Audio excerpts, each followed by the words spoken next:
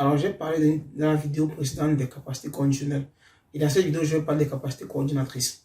Déjà, pour parler des capacités coordinatrices, il est important de parler des capacités motrices. Parce que je pense que c'est un prérequis essentiel pour la réalisation de l'action motrice, les capacités motrices. Donc, l'ensemble des capacités physiques qu'un individu possède et qui lui permettent d'apprendre et d'exécuter les différentes actions motrices. Disons que ces capacités sont propres à chaque individu et en partie liées à la génétique, c'est-à-dire au caractère héréditaire. Mais ces capacités peuvent être modifiées par l'entraînement. C'est très important de le préciser. Il est essentiel de préciser que certaines capacités acquises naturellement dans l'enfance peuvent être développées à l'âge adulte uniquement de manière limitée. Donc, chaque individu atteint un degré de développement différent de ses capacités et ce développement étant influencé par le processus de croissance biologique ou sexuelle et de transformation psychologique aussi.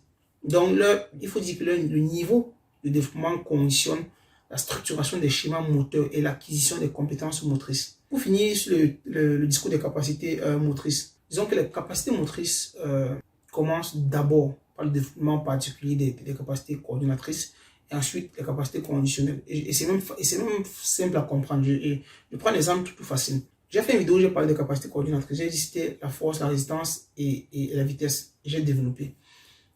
Si on va sur le développement psychomoteur d'un enfant, je pense que la première chose quand on apprend un enfant, c'est d'abord de savoir se mettre debout, de savoir marcher, de savoir ramper, se mettre debout et marcher. Et plus tard, on apprend aussi, on met sur pied un processus d'apprentissage de la force, de la vitesse, de la résistance, en tenant compte du développement skill. Donc, c'est évident qu'on commence toujours par un apprentissage, par un développement des capacités coordinatrices et ensuite des capacités conditionnelles. La capacité coordinatrice, il faut dire, se divise en deux. La capacité coordinatrice générale et la capacité coordinatrice spéciale. Le plein développement des capacités motrices est rendu possible par la maturation des schémas moteurs et posturaux qui, à leur tour, influencent l'acquisition des compétences motrices. Ce que j'évoquais tout à l'heure quand je parlais je prenais l'exemple de l'enfant. Donc, les capacités coordinatrices permettent d'organiser et de réguler le mouvement. C'est pour ça qu'on commence par cela d'abord et ensuite on passe par les capacités conditionnelles. Parlons des capacités coordinatrices générales qui comprennent trois points principaux. La capacité d'adaptation et de transformation des mouvements, la capacité de contrôle moteur et la capacité d'apprentissage moteur. En ce qui concerne le dernier, c'est-à-dire la capacité d'apprentissage moteur, il faut dire que ces capacités se divisent en trois phases.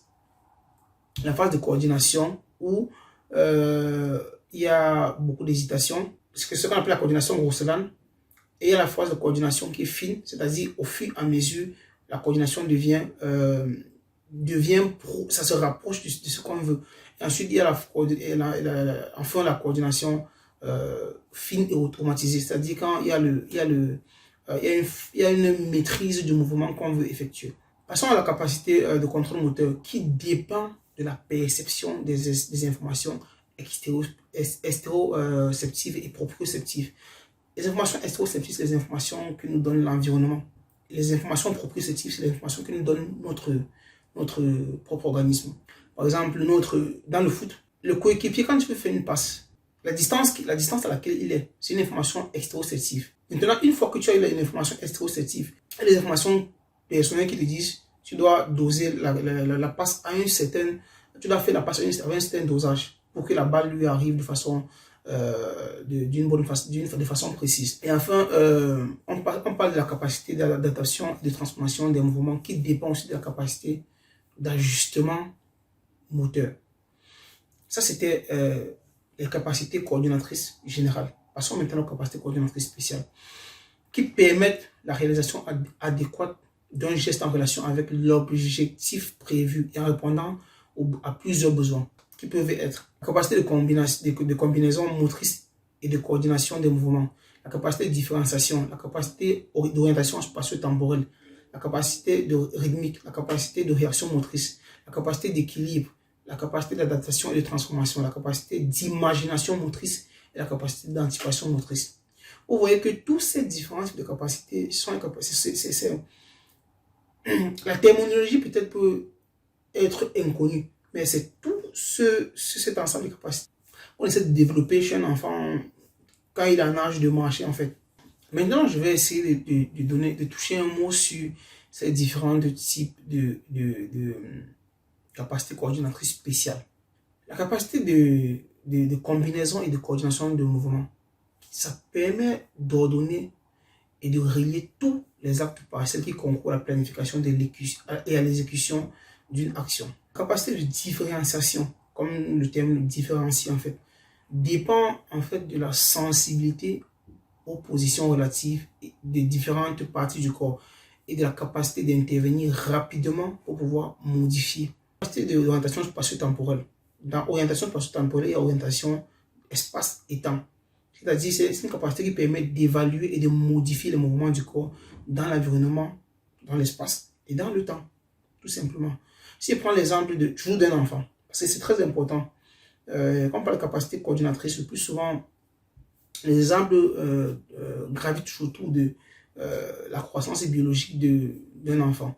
Alors disons que lorsqu'un enfant, par exemple, a intériorisé son côté dominant et après reconnaître la gauche et la droite sur lui-même, sur les autres et sur les objets, parce qu'un enfant peut savoir, tu lui demandes quelle est la gauche ou la droite par rapport à lui, il sait. Mais si tu demandes la gauche ou la droite par rapport à une autre personne, il se perd.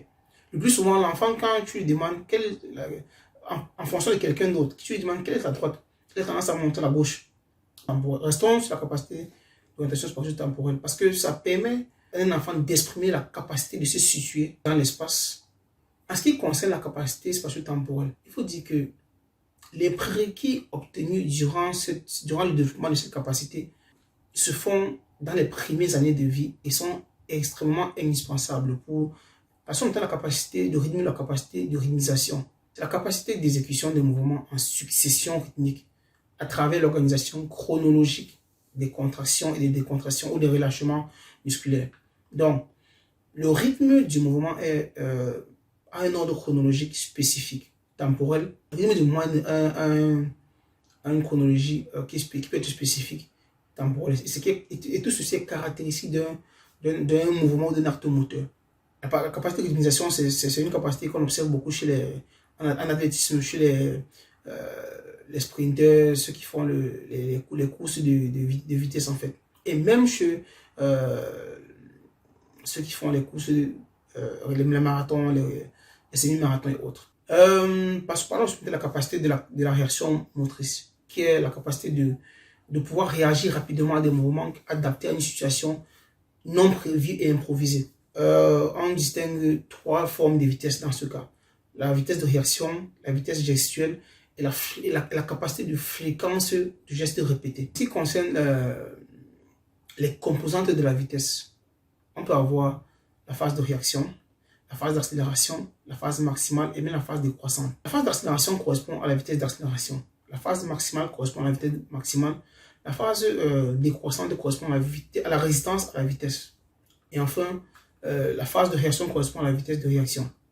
Parlons maintenant de la capacité d'anticipation motrice, qui consiste tout simplement à être en mesure de résoudre de manière inhabituelle un problème moteur qui contribue au succès d'un geste athlétique. La capacité d'équilibre est la capacité qui nous permet, à travers des ajustements réflexes, automatisés ou volontaires, de maintenir la position statique ou d'exécuter un mouvement sans tomber. On peut avoir l'équilibre statique, l'équilibre dynamique, l'équilibre de vol, l'équilibre même de rotation. On ne peut pas parler d'équilibre sans parler de barycentre ou centre de gravité. C'est le point où passe la droite d'action du poids du corps. Finissons la vidéo en parlant d'une capacité que j'aime bien parce que ça intervient beaucoup dans le sport collectif, la capacité d'imagination motrice. C'est tout simplement la capacité de trouver des solutions à une situation de jeu de manière originale et créative.